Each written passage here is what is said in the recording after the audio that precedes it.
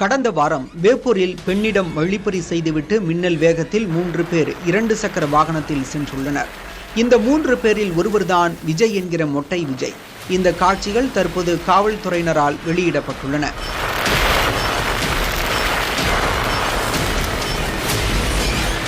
கடலூர் மாவட்டம் சிதம்பரம் கடலூர் தேசிய நெடுஞ்சாலையில் இரவு நேரத்தில் லாரியை சாலை ஓரத்தில் நிறுத்திவிட்டு தூங்கிய ஓட்டுநர்கள் இருவரை தாக்கிவிட்டு 6 பேர் கொண்ட கும்பல் பணம் மற்றும் செல்போனை பிடுங்கிச் சென்றது.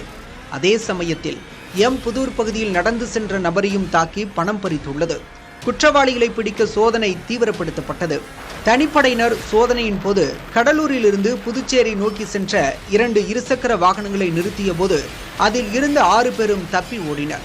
இந்நிலையில் இந்த கும்பலுக்கு தலைவனாக செயல்பட்ட விஜய் என்கிற மொட்டை விஜய் புதூர் என்ற இடத்தில் மறைந்திருப்பதாக காவல்துறையினருக்கு தகவல் கிடைத்தது. அவரை பிடிக்க காவல்துறையினர் முயன்றபோது அவர் காவலர்களை தாக்கியதால் அவரை நோக்கி துப்பாக்கியால் சுட்டதில் விஜய் உயிரிழந்தார்.